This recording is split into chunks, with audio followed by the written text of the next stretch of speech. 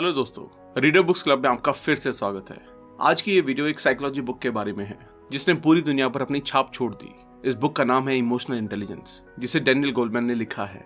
Author अपनी इस book में बताते हैं कि एक इंसान की सफलता में IQ यानी कि इंटेलिजेंस क्वोशिएंट ज्यादा से ज्यादा 20% ही मदद करती है और बाकी 80% हाथ होता है EQ यानी कि इमोशनल क्वोशिएंट का। जहाँ IQ आपके जानने, समझने और जानकारी को सही जगह अप्लाई करने की एक सही समझ होती है, वहीं EQ इंसान की खुद की और दूसरों की भावनाओं को समझने और मैनेज करने की एक कला है। जिनका इमोशनल क्वोशिएंट ज्यादा होता है वो लोग बदलते हुए एनवायरनमेंट के साथ इजीली एडजस्ट हो जाते हैं। दुर्भाग्यपूर्ण पूरी दुनिया में कुछ इस तरह के ट्रेंड चले हुए हैं जिससे आज की यंगर जनरेशन पहले की जनरेशन के मुकाबले बहुत फंसी हुई है, जिससे उनको मेंटल इलनेस, क्राइम और एडिक्शन जैसे काफी नेगेटिव नतीजे भुगतने पड़ रहे हैं। स्कूल और कॉलेजेस भी इनकी लाइफ में आने वाली इमोशनल प्रॉब्लम्स पर बिल्कुल ध्यान नहीं देते हैं, इसलिए पेरेंट्स को चाहिए कि वो अपने बच्चों को एजुकेट करें। प्रॉब्लम यह है कि ज्यादातर यंग लोग इमोशनली लिटरेट नहीं होते हैं क्योंकि उन्हें खुद के इमोशनल इंटेलिजेंस पर कोई एजुकेशन नहीं दी गई है। आज इस वीडियो के जरिए हम उन सभी पहलुओं को डिटेल में समझेंगे। अगर आपने अब तक हमारे चैनल को सब्सक्राइब नहीं किया है तो इससे पहले कि आप वीडियो में खो जाएं, इमीडिएटली चैनल को सब्सक्राइब और वीडियो को इमीडिएटली लाइक भी कर दें। हमारा चैनल यूट्यूब के बेस्ट समरी चैनल में से एक है। हमारी वीडियोस कभी कभी थोड़ी लंबी हो सकती है क्योंकि हम वीडियो और बुक के कंटेंट पर कभी भी कॉम्प्रोमाइज नहीं करते, इसलिए वीडियो को एंड तक देखना जरूरी है। और याद रखिए, अगर ये वीडियो आपको पसंद आए तो सभी जरूरतमंद लोगों के साथ इस वीडियो को शेयर करना ना भूलें। क्या पता उनकी जिंदगी इस वीडियो को देखने के बाद बदल जाए। इमोशनल इंटेलिजेंस क्या है? ये एक एबिलिटी है जिससे हम अपने इमोशंस को अच्छे से समझकर मैनेज कर सकते हैं। आप इमोशनली कितने इंटेलिजेंट हैं ये डिसाइड करता है कि आपके रिलेशनशिप की क्वालिटी, आप अपने रोज के कामकाज में कैसे अपने स्ट्रेस को मैनेज करते हैं, आप लोगों के साथ कितने अच्छे से बात कर सकते हैं और आप अपनी जॉब में कितने अच्छे हैं। इमोशनली इंटेलिजेंट बनने का क्या मतलब होता है? इसका मतलब है आपको अपने नेगेटिव और पॉजिटिव इमोशंस को मैनेज करना आना चाहिए। हम अपनी पूरी लाइफ सिर्फ अच्छा फील करके नहीं गुजार सकते हैं। हमें अपनी नेगेटिव इमोशंस को कभी भी इग्नोर नहीं करना चाहिए। एक इमोशनली इंटेलिजेंट इंसान हमेशा खुश नहीं रह सकता। उस इंसान को पता होता है कि कैसे हमें दूसरे लोगों के इमोशंस को रिस्पॉन्ड करना चाहिए। और जब हमें पता नहीं है कि कैसे हम दूसरों के इमोशंस को रिस्पॉन्ड करें, तो सबसे अच्छा तरीका होता है कि आप रिस्पॉन्ड ही ना करें। आपको हर समय बहुत ज्यादा रिएक्ट करने की जरूरत नहीं है। हर समय रिस्पॉन्ड ना करने का यहाँ मतलब है कि अगर कोई इमोशन सही में कोई रिस्पॉन्स डिजर्व करता है तभी आप रिएक्ट करें। फॉर एग्जाम्पल, अगर आपके फ्रेंड का एक्सीडेंट हो गया है तो आपको जरूर रिएक्ट करना चाहिए, पर अगर कोई बहुत छोटी सी बात हुई है तो उस कंडीशन में आप रिएक्ट ना करें। इमोशंस यानी आपकी भावनाएं, ये भावनाएं आती हैं और जाती हैं। अगर हम इमोशंस की डेफिनेशन को जाने तो हम किसी भी इमोशन को पूरा कंट्रोल नहीं कर सकते। तो इसलिए इमोशनल इंटेलिजेंस को डेवलप करने से हम इमोशंस को रिएक्ट करना सीख जाते हैं और आप डिसाइड करेंगे कि आपको किसी सिचुएशन में किस तरह से रिएक्ट करना चाहिए। इमोशनल इंटेलिजेंस को डेवलप करना हमारे लिए इतना इंपॉर्टेंट क्यों है? जैसे कि हमने पहले शेयर किया, आप अपने इमोशंस पर जिस तरह से रिएक्ट करोगे उस तरह आपके वो छोटे छोटे रिएक्शंस आपकी लाइफ को अफेक्ट करेंगे। तो चलिए समझते हैं कि कैसे इमोशनल इंटेलिजेंस को डेवलप करके आप अपनी लाइफ में हेल्थ, रिलेशनशिप और काम में अच्छे बन सकते हैं। योर मेंटल हेल्थ, आपकी मेंटल हेल्थ ये रिफ्लेक्शन होता है कि आपकी इमोशनल लाइफ कैसी है। आप किस तरह किसी स्ट्रेस को मैनेज करेंगे अपनी एवरीडे लाइफ में जो आपको बड़ी और छोटी दोनों तरह का स्ट्रेस देता है, और ये डिसाइड करता है कि आपके दिमाग की हेल्थ कैसी रहेगी। आपको अपने इमोशंस को एकदम ध्यान से नहीं देखना है, आपको बस एक क्यूरियस ऑब्जर्वर की तरह उसे समझना है। आपको एक एक इमोशंस को अच्छी तरह से एक्सपीरियंस करना है जो आपकी लाइफ में आते हैं, और आप बहुत जल्दी समझ जाएंगे कि आप जो दर्द बर्दाश्त करते हैं वो ऑप्शनल है और आप अपनी मर्जी से उस दर्द को अपनी तरफ खींच रहे थे।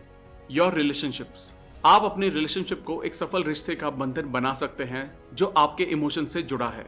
अगर आप अपने दोस्त, फैमिली मेंबर या फिर आप जिसे प्यार करते हैं उनकी इमोशनल नीड को सेटिस्फाई करते हैं और उनके इमोशंस पर अच्छे से रिएक्ट करते हैं, तो आप हेल्दी और अच्छे रिश्तों को अपनी जिंदगी में अट्रैक्ट कर रहे हैं। अगर आपकी जरूरत आपके रिश्तों में पूरी ना हो तो आप अच्छे से इफेक्टिवली बात करना सीखें और अच्छे कम्युनिकेशन स्किल्स के साथ अपनी जरूरत अपने पार्टनर को बताएं। ये सबसे बड़ी प्रॉब्लम होती है किसी भी रिलेशनशिप में और बहुत लोग इस प्रॉब्लम को फेस करते हैं। योर जॉब, अगर आप अपनी जॉब में लीडर की पोजीशन पर हैं तो आप अपने एम्प्लॉयज की बातों को ध्यान से सुनें। ये टेक्निक दुनिया के सबसे अमीर और सफल लोग भी इस्तेमाल करते हैं, और आपके एम्प्लॉयज की बातों को जब आप सुनेंगे तो आपके एम्प्लॉयज को भी बहुत अच्छा महसूस होगा और एम्प्लॉयज आपकी और ज्यादा रिस्पेक्ट करेंगे। वो सभी कामों में बेस्ट देंगे और कम से कम कंप्लेन करेंगे। मान लीजिए कि आप एक एम्प्लॉय हैं, तो आप सबसे ज्यादा मोटिवेट कौन सी चीज से होते हैं, और ये मोटिवेशन आपके इमोशनल लेवल पर किस तरह से इम्पैक्ट करता है जिससे आपकी लाइफ पहले से आसान हो जाए और आपका स्ट्रेस किस तरह से खत्म हो सकता है। और वही आप अपने एम्प्लॉयज के साथ करें। हम यहाँ आपको 5 प्रैक्टिकल वेज बताना चाहते हैं जिससे आप अपनी लाइफ में इमोशनल इंटेलिजेंस को डेवलप कर सकते हैं। Practice self awareness. आप कभी भी इमोशंस को अच्छे से समझ नहीं सकते जब तक कि आप ये नहीं समझ लेते कि इमोशंस होते क्या हैं। जब आप सेल्फ अवेयरनेस खोने लगते हैं तो वो ऐसा लगता है कि जैसे आप किसी छोटी बोट पर बैठे हों और आप समुद्र की ऊंचाई पर जाने की कोशिश कर रहे हों जो आपके इमोशंस हैं, लेकिन लहरें उसी के साथ आपको वापस से पीछे खींच लाती हैं। आपको ये नहीं पता कि किस तरह से आप समुद्र की ऊंचाई तक पहुंच सकते हैं। आप बस अपनी बोट को चलाते हैं और फिर किसी को मदद के लिए बुलाते हैं। सेल्फ अवेयरनेस का मतलब होता है खुद को समझना, और सेल्फ अवेयरनेस के 3 लेवल्स होते हैं। आप क्या कर रहे हैं, आप जो काम कर रहे हैं वो आपको कैसा महसूस करा रहा है, और सबसे मुश्किल हिस्सा, आप खुद के बारे में क्या नहीं जानते। जो आप काम कर रहे हैं उसे जानना। आपको ये सुनने में बहुत सीधा और स्ट्रेट फॉरवर्ड लग रहा होगा, पर सच ये है कि 21st सेंचुरी में लोगों को बिल्कुल नहीं पता कि वो क्या कर रहे हैं। लोग नहीं जानते कहाँ जाना है, क्या करना है, बस भेड़ों की तरह चले जा रहे हैं। हम तकरीबन 90% ऑटो पायलट पर होते हैं। ऑटो पायलट यानी आपकी रोज की जो आदत बनी हुई है उसे आप बार बार दोहराते हैं। ईमेल चेक करना, फिर अपने बेस्ट फ्रेंड का मैसेज देखना, फिर इंस्टाग्राम चलाना और उसके बाद कुछ ऑनलाइन वीडियोस देखना, और यही चीज बार बार रिपीट होती रहती है। अगर आप इन सभी डिस्ट्रैक्शन से खुद को दूर रखते हैं और अपना फोन स्विच ऑफ कर देते हैं तो आप सेल्फ अवेयरनेस की फर्स्ट स्टेज पर आ जाते हैं। आपको एक शांत जगह देखना है और वहां शांति से मेडिटेट करना है। मेडिटेशन आपके मेंटल हेल्थ के लिए बहुत जरूरी है। डिस्ट्रैक्शन के बहुत सारे टाइप होते हैं, TV, drug, alcohol, video games, लोगों के साथ कमेंट सेक्शन में लाइक्स का कंपटीशन करना और बहुत कुछ। आपको एक टाइम टेबल बनाना है जो आपको डिस्ट्रैक्शन से दूर रहने में आपको मदद करेगा। आपको सुबह उठने पर कोई गाना नहीं लगाना है और ना कोई पॉडकास्ट, बस अपनी लाइफ के बारे में सोचना है। आप सोचो कि आप कैसा महसूस कर रहे हो। सिर्फ 10 मिनट के लिए मेडिटेशन कीजिए। सोशल मीडिया को डिलीट कर दो एक हफ्ते के लिए, और आप ऐसा सोचकर एकदम चौंक जाओगे कि आपको क्या हुआ है। आप सोशल मीडिया ऐप डिलीट करने पर एक बात जानेंगे कि आपको बस मशीन की तरह प्रोग्राम किया जा रहा है, जिसे फोन एडिक्शन कहते हैं। हम डिस्ट्रैक्शन को अपनी लाइफ में यूज करते हैं क्योंकि हम बहुत सारे इमोशंस को इग्नोर करना चाहते हैं जो हमें अच्छा फील नहीं करवाते। तो आपको सभी डिस्ट्रैक्शन को हटाना है और बस इस पर फोकस करना है कि आप कैसा महसूस कर रहे हैं। कई बार हमें खुद नहीं पता होता कि हम क्या करना चाहते हैं। सबको अच्छा फील करना है, इसलिए नेटफ्लिक्स, अमेजॉन प्राइम और बहुत से वीडियो प्लेटफॉर्म आपसे कमाई कर रहे हैं और आपको पता भी नहीं चलता। हम इन प्लेटफॉर्म को बुरा नहीं कहेंगे, पर मोस्ट ऑफ द टाइम ये आपका बहुत अच्छा टाइम वेस्ट करते हैं। सबसे पहले आपको फोकस करना है कि आप कैसा फील कर रहे हैं, और ये आपको परेशान भी कर सकता है। हो सकता है कोई फ्रस्ट्रेट हो रहा हो, और कुछ लोग नेगेटिव फीलिंग की वजह से डिप्रेशन में भी चले जाते हैं। ये हमारे लिए अच्छा नहीं है। अगर आप खुद पर फोकस करेंगे तो आप दिन में मैक्सिमम टाइम सैड ही फील करेंगे। आप ये रियलाइज करोगे कि आपने कितने लोगों के साथ झगड़ा किया है और आपका गुस्सा आपकी कंट्रोल से बाहर हो जाता है। आप एक्चुअल में समझ पाओगे कि आप जिंदगी में बस अपने फोन में लगे थे और आप भी बाकी लोगों की तरह गलत रास्ते पे जा रहे हो। 97% पॉपुलेशन अनसक्सेसफुल है। क्या आपने सोचा है क्यों? क्योंकि जो आदतें एक अमीर और सफल इंसान फॉलो करते हैं वो एक आम आदमी नहीं करना चाहता, क्योंकि अच्छी आदत बनाना मुश्किल होता है। चाहे कोई भी इमोशन हो, उसके पीछे कोई ना कोई अच्छा रीजन छुपा होता है। अगर आपको वो रीजन नहीं मिलता फिर भी वो आपके लिए अच्छा होता है, तो खुद पर उंगली मत उठाइए। अब आप सोचेंगे कि ये अच्छा रीजन कैसे हो सकता है अगर आपको बुरा फील हो रहा है तो नेक्स्ट पॉइंट में हम आपके इमोशन को किस तरह से चैनलाइज करना है ये जानेंगे। अगर हमें अनकंफर्टेबल फील हो रहा होगा तो हम बहुत ज्यादा इरिटेशन और गुस्सा फील करने लगते हैं, और इसलिए इमोशनल इंटेलिजेंस को डेवलप करना हमारे लिए जरूरी है। Channelise your emotions effectively. कुछ लोग विश्वास करते हैं कि इमोशंस को कंट्रोल किया जा सकता है, पर ऐसा बिल्कुल नहीं है। आप इमोशन पर बस रिएक्ट कर सकते हैं। इमोशन सिग्नल्स की तरह होते हैं जो हमें बताते हैं कि हमें कहां फोकस करना है और अपना ध्यान कहां लगाना है। हम ये डिसाइड कर सकते हैं कि अगर हमें किसी पर्टिकुलर इमोशन पर रिएक्ट करना है तो हम लोग उस पर अच्छे से रिएक्ट कर सकते हैं। दुनिया में गुड और बैड इमोशन जैसी कोई चीज नहीं होती। हमारी लाइफ में अपने इमोशंस को लेकर सिर्फ गुड और बैड रिएक्शन ही होते हैं। इमोशनल इंटेलिजेंस में आपका गुस्सा किसी भी बुरे काम के लिए यूज किया जाए तो लोगों को हर्ट कर सकता है, पर अगर वही गुस्सा आपने सोसाइटी को प्रोटेक्ट करने में लगाया हो तो वो एक गुड इमोशन की तरह काम कर सकता है। जब आप खुशी का एक्सपीरियंस करते हैं तब आप बहुत अच्छा फील करते हैं, और वही चीज आप लोगों के साथ शेयर भी करते हैं, तब कुछ अच्छा आपकी जिंदगी में मैनिफेस्ट होता है। अगर आप खुद के गुस्से को किसी भी अच्छे काम करने के लिए यूज कर सकते हो तो आप इमोशंस को मैनेज करना सीख गए हो। अब आपको पता है कि आप क्या फील कर रहे हो। आपको डिसाइड करना है वो इमोशन चाहे अच्छा हो या बुरा। उस इमोशनल सिचुएशन को देखकर आपको डिसीजन लेना है।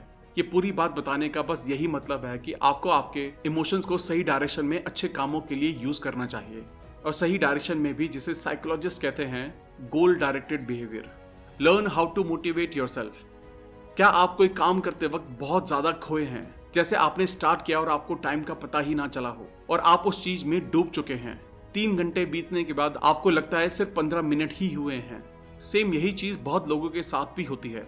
लोग अपने काम में डूब जाते हैं। कई बार काम करते वक्त अच्छे आइडियाज नहीं मिलते, और ये हमारी नेगेटिव फीलिंग की वजह से हो रहा होता है। अब जब भी आप काम करने बैठे तो अपनी फीलिंग को अच्छे फीलिंग में चेंज कर दें, और गुड फीलिंग के साथ आपको अच्छे आइडियाज भी आने लगेंगे। हमारी फीलिंग्स हमारे एक्शंस पर डिपेंड होती है। स्टार्टिंग में आपके एक्शंस आपको मोटिवेट करते हैं, और फिर आपके इमोशंस उस फ्लो स्टेट में आ जाते हैं जिससे आप काम में डूब जाते हैं। इस चीज को हम अपनी लैंग्वेज में डू समथिंग प्रिंसिपल बोलते हैं, और ये प्रिंसिपल इतना जबरदस्त है कि आप भी इसे आज से यूज करना शुरू कर सकते हैं। हम आपको इसकी इंग्लिश में डेफिनेशन बताते हैं। The do something principle states that taking action is not just the effect of motivation but also the cause of it. इसे अब हम सिंपल भाषा में समझते हैं। ये प्रिंसिपल हमें बताता है आपका एक्शंस लेना ये मोटिवेशन पर डिपेंड नहीं होता, बट ये मोटिवेशन के कारण पर जरूर डिपेंड होता है। अगर आप एक्शन लेना शुरू करें तो आपका और ज्यादा मोटिवेशन बढ़ेगा। Motivate yourself. बहुत से लोग वीडियोस देखकर इंस्पिरेशन को जमा करते हैं और ये सोचते हैं कि उसके बाद मैं कोई एक्शन लूंगा। उन्हें लगता है अगर वो ऐसा करेंगे तो उनकी जिंदगी एकदम चेंज हो जाएगी, और उनकी सिचुएशन भी। लोग सोचते हैं सबसे पहले हमें कोई एक्शन लेने के लिए तैयार होना है, और कुछ दिन निकलने के बाद वो फाइनली एक्शन लेते हैं, और कुछ दिन बाद ही वही लोग और वीडियोस देखकर मोटिवेशन के नए मेथड्स को ढूंढते हैं। ये सोचना गलत है कि हमें बाहर से मोटिवेशन मिलता है। बिल्कुल नहीं। पहले हम एक्शंस लेते हैं और फिर हमें मोटिवेशन मिलता है, और फिर से हम एक्शन लेते हैं, और ये साइकिल शुरू हो जाती है। हमारे कहने का मतलब बस यही है कि अगर आपको अपने इमोशंस को इफेक्टिवली मैनेज करना सीखना है तो आपको कुछ ना कुछ करना होगा। आप फ्री ऑनलाइन क्लासेस ले सकते हैं, आप कोई म्यूजिकल इंस्ट्रूमेंट बजाना सीख सकते हैं, आप गूगल पर जाकर नई स्किल्स को सीख सकते हैं, आप राइटिंग सीख सकते हैं, सक्सेसफुल लोगों की बुक्स पढ़ सकते हैं, और बहुत कुछ। आपको आपकी फीलिंग्स पर खास ध्यान देना है, और वही ऑब्जर्वेशन आप अपने फ्यूचर बिहेवियर में यूज करें। Recognise emotions in others. हमने अब तक बहुत कुछ कवर कर लिया है। हमें किस तरह से अपने इमोशन के साथ डील करना है, और हमें किस तरह से अपने इमोशंस को डायरेक्शन देनी है, ये सब आपके अंदर ही है। हमारा मेन गोल यही है कि आप इमोशनल इंटेलिजेंस डेवलप करके अपने रिलेशनशिप को स्ट्रांग करें। Healthy relationships, romantic relationship, family relationship, friendships, सभी रिलेशनशिप में आपको दूसरों की इमोशनल जरूरत को समझना होगा। आपका पार्टनर या आपका दोस्त आपसे किस तरह का रिएक्शन एक्सपेक्ट करता है, और आप किस तरह से एक्चुअल में रिएक्ट करते हैं। जब आप अपने फैमिली मेंबर के साथ खुद को कनेक्ट करोगे तो वो आपसे यही एक्सपेक्ट करेंगे कि आप उनकी बात जरूर सुने। इसलिए आपको बस शांति से दूसरों को सुनना है, और यहीं आपको एक टेक्निक पता चल जाती है। जब आप किसी फ्रेंड की पूरी बात सुन लेते हैं तो वो अपने आप में बहुत ज्यादा सेटिस्फाई फील करते हैं, और इसकी वजह से आपके रिलेशनशिप का बॉन्ड और ज्यादा मजबूत हो जाता है। Practice empathy. दूसरों की बातों को अच्छे से सुनना। इसका मतलब ये नहीं है कि आपको पूरा समझना होगा, आपको बस उन्हें कंप्लीटली एक्सेप्ट करना है।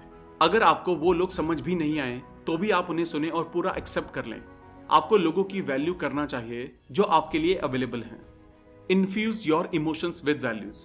जब डैनियल गोलमैन की बुक इमोशनल इंटेलिजेंस 90s में आई तो इस बुक ने पूरी दुनिया में तहलका मचा दिया, और ये साइकोलॉजी की फील्ड में न्यू कॉन्सेप्ट बन गया। CEOs और मैनेजर्स, इन सब लोगों ने इमोशनल इंटेलिजेंस के बारे में पढ़ना शुरू कर दिया, और उन्होंने अपने एक्शंस को मोटिवेशन में कन्वर्ट करना सीख लिया। थेरेपिस्ट इमोशनल अवेयरनेस के जरिए और अच्छे से उनके पेशेंट्स को ट्रीटमेंट देने लगे। पेरेंट्स ने समझा कि इमोशनल इंटेलिजेंस छोटे बच्चों में किस तरह फायदेमंद हो सकते हैं। एक बच्चे के पापा ने उसे सिखाया कि इमोशनल इंटेलिजेंस किस तरह यूज करते हैं, और उसके साथ साथ ऑनेस्टी और रिस्पेक्ट करना भी सिखाया। कुछ लोग ऐसे भी होते हैं जो इस नॉलेज का गलत कामों के लिए यूज करेंगे और लोगों को मैनिपुलेट करने की कोशिश करेंगे उनके खुद के फायदों के लिए।